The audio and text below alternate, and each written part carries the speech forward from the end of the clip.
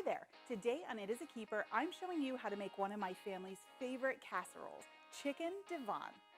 Chicken Divan is pure comfort food. Tender chicken is paired with crisp broccoli and enveloped in this nice creamy sauce. Then the whole thing is topped with cheese and then buttery cracker crumbs. It is out of this world. Now, my mother-in-law showed me how to make this when my husband and I first started dating, and I have been making it ever since. My family just can't seem to get enough, so I'm very excited to show this to you today. So let's get started making our chicken divan.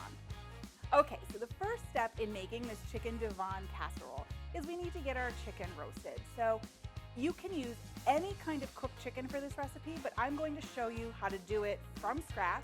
If you wanted to buy a rotisserie chicken and totally cheat, you can definitely do that. But here I just have 3 boneless, skinless chicken breasts, and they're pretty thick.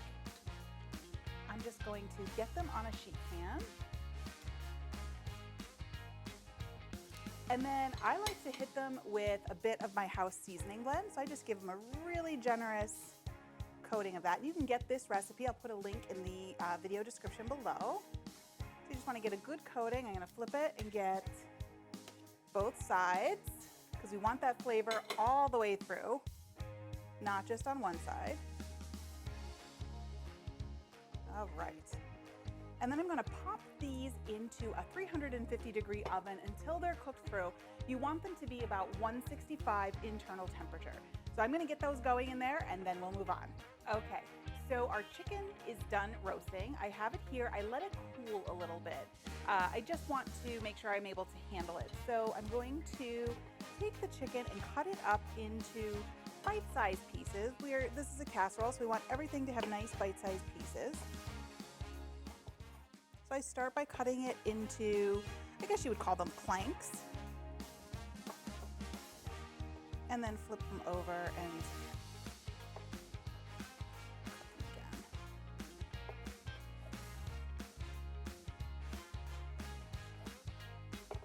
And like I said, you can use any kind of cooked chicken for this recipe. So if you have a rotisserie chicken, you could definitely use that. If you have leftover chicken from another meal, this is a great way to use that up. I'm going to get this all into a bowl. Okay, so we have our chicken in the bowl. The next thing we need to add is some broccoli. So I went ahead and I steamed some broccoli. This is a great little microwave steamer. I love it. You just pop it in here. There's some water in the tray below and it gets the broccoli steamed perfectly. So I steamed it up just because it'll cook faster in the oven that way. Makes it for a little bit softer texture to the broccoli. So I'm going to put all of that in there. I'll put a link to this product in the notes below.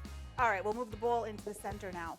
So now we're going to start building the sauce for this. And it starts with, I have some mayonnaise here, and I love this measuring cup for ingredients like mayonnaise or peanut butter, honey, anything that's sticky or goopy. It's just like a plunger, you push it through and it pops right out.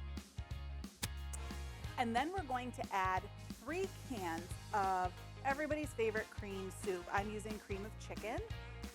If you don't like the canned cream soup, you can definitely make your own from scratch. There's tons of recipes out on the internet for making homemade cream of chicken soup, and you can definitely use that, but you want to use the equivalent then of 3 cans. So to this, I have the 2 spatulas here. All right. To this, we're going to add 2 more things. We're going to add a little bit of lemon juice, and this just really wakes up the flavors in here. So I'm just going to give this half a lemon a squeeze. I'm trying to catch the seeds in my fingers so it doesn't get in there, but it just brightens everything up. A little bit of acid is wonderful in this recipe.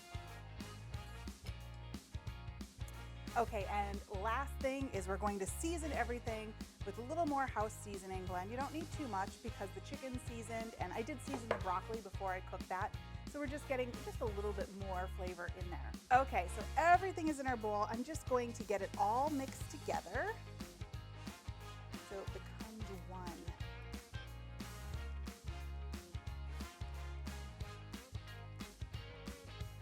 I'm gonna be honest, when I make this recipe, I don't ever measure. I just eyeball it. I have been making it for so long. It's just like one of those old-fashioned classic casserole recipes. But it's so good. Okay, this is looking good. I'm going to bring in my casserole dish. I just have a 13 by 9 dish. and we'll transfer all of this in there. Scrape it all out of the bowl.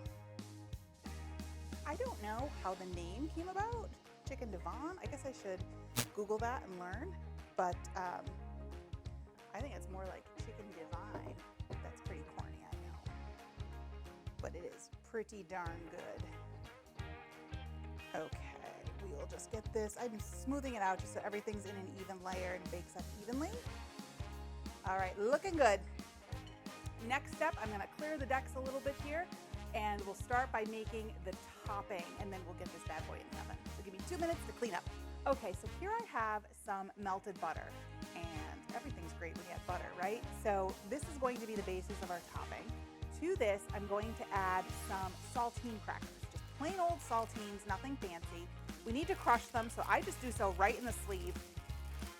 I just start by smushing them. Great way to take out your aggression, right? If you're feeling a little worked up about something, just take it out on the crackers.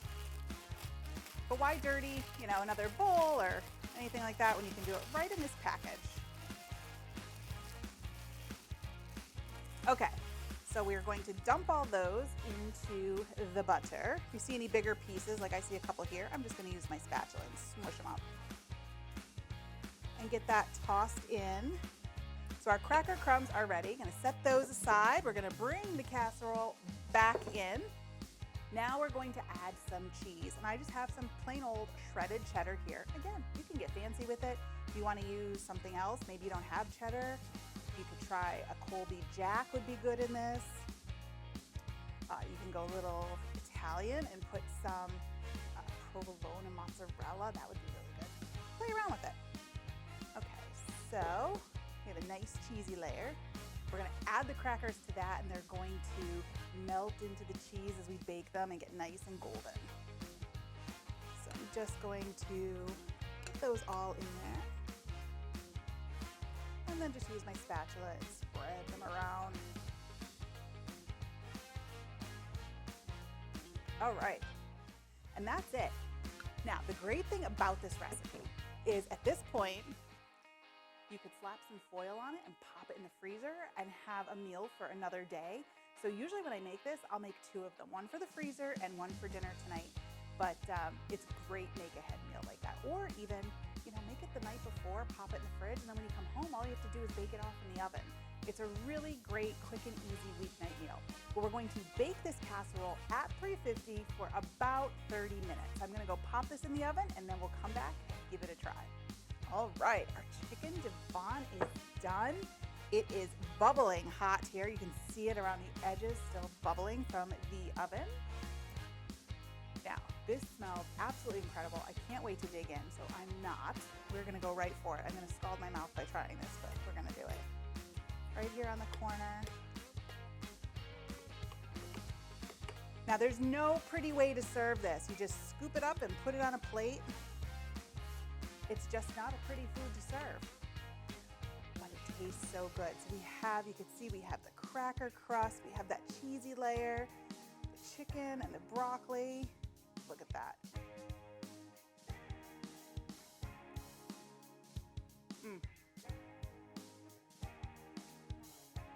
Comfort food all the way. I just want to curl up on the couch with like a good 80s movie and eat this casserole. It is absolutely delicious. You need to give it a try. My mother-in-law would approve. Thanks for watching. You can get the full printable recipe in the video description below. Make sure you like, follow, and subscribe so you don't miss a single thing. And check out the rest of my videos where you can find more of my favorite easy recipes and quick tips. I'll see you next time. Bye.